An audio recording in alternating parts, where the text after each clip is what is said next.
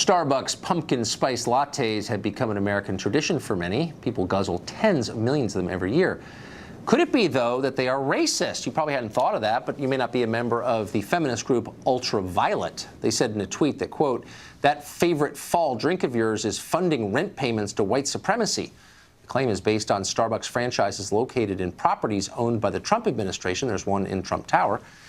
Nell Daly is a feminist and a psychotherapist, and she joins us tonight. So now, I think of this show as not just a cable news show, but also a visual record of the times we're living in, the insanity of the Cultural Revolution now in progress in 2017.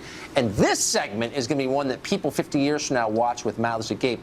How can pumpkin spice latte be a white supremacist beverage? Fill me in as a non-feminist. I understand. I know this whole big pumpkin spice latte controversy. So this group Ultraviolet came out, which is a feminist organization, and said that they want people to boycott buying pumpkin spice lattes in branches that are located in retail locations that are in Trump Tower, essentially in Midtown Manhattan.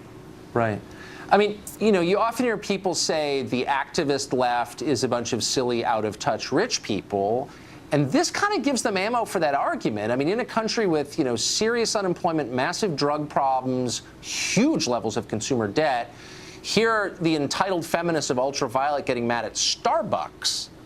Do you kind of see why maybe this is almost like a stereotype?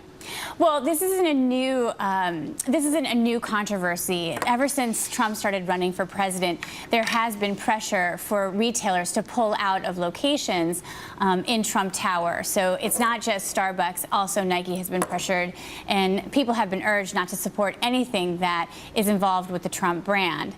So the issue. But wouldn't it just be easier to make an argument instead of punishing? I mean, I don't like Starbucks. I don't care what happens at Starbucks, but they're not responsible for Trump's policies. They're just a retailer in a building with his name on it. I don't even know if he owns the building. Wouldn't it just be easier to make a straightforward argument against whatever policies Trump has that you don't like?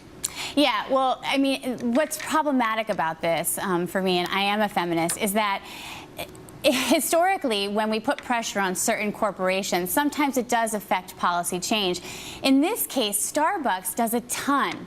They do a ton. Everything from working with vets to the transgender community. They're considered a progressive company. And so to hurt their bottom line as a way to create policy change, and obviously it's a bit of a conundrum.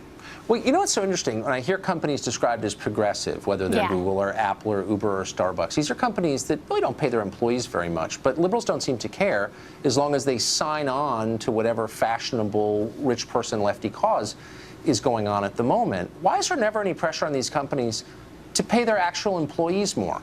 Well, that would seem like a pretty virtuous thing to do. Like, why not give them better health care, for example, or longer vacations? I never hear liberals say that. Why? I understand what you're saying. I mean, and that's a problem across all kinds of companies, whether they're progressive or not progressive.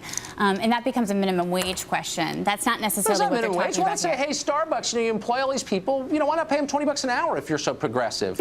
Instead of just like issuing some, purple press release on transgender bathrooms. Like, why don't you put your money where your mouth is? You guys are rich. Why not do that? Did it ever occur to you? Yeah, of course it occurs to me. I mean, there's a lot of problems with our system the way it's run right now, Tucker. I mean, obviously. It's hilarious. It's like a get out of liberalism free card or something. It's hilarious. Nell, thank you for coming on tonight. No, thank you, Tucker. It's always a pleasure. Thank you. Thanks. We'll be right back.